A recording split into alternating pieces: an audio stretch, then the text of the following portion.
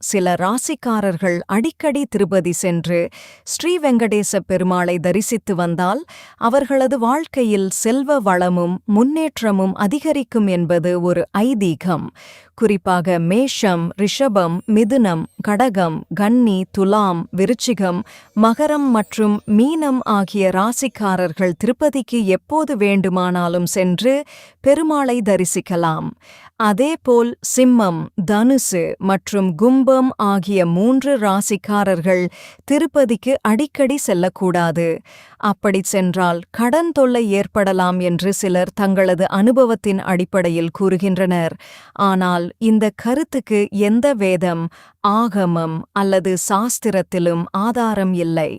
இந்த 3 ராசிக்காரர்கள் திருப்பதி செல்ல விரும்பினால் சந்திரனால் ஏற்படும் மன அழுத்தம் மற்றும் உடல்நலக் கோளாறுகளை குறைக்கும் நோக்கில் சில ஜோதிடர்கள் தூய வெள்ளி மோதிரத்தில் இயற்கை முத்து பதித்து அதை ஆள்காட்டி விரலிலோ அல்லது சுண்டு விரலிலோ அணிய பரிந்துரைக்கின்றனர்.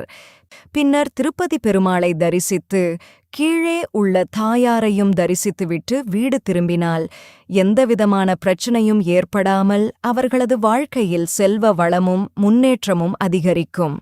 இந்த நம்பிக்கையை பின்பற்றி பெருமாளை தரிசித்து வாழ்க்கையில் முன்னேற்றமடைந்ததாக பலர் தங்களது அனுபவங்களை பகிர்ந்தனர்.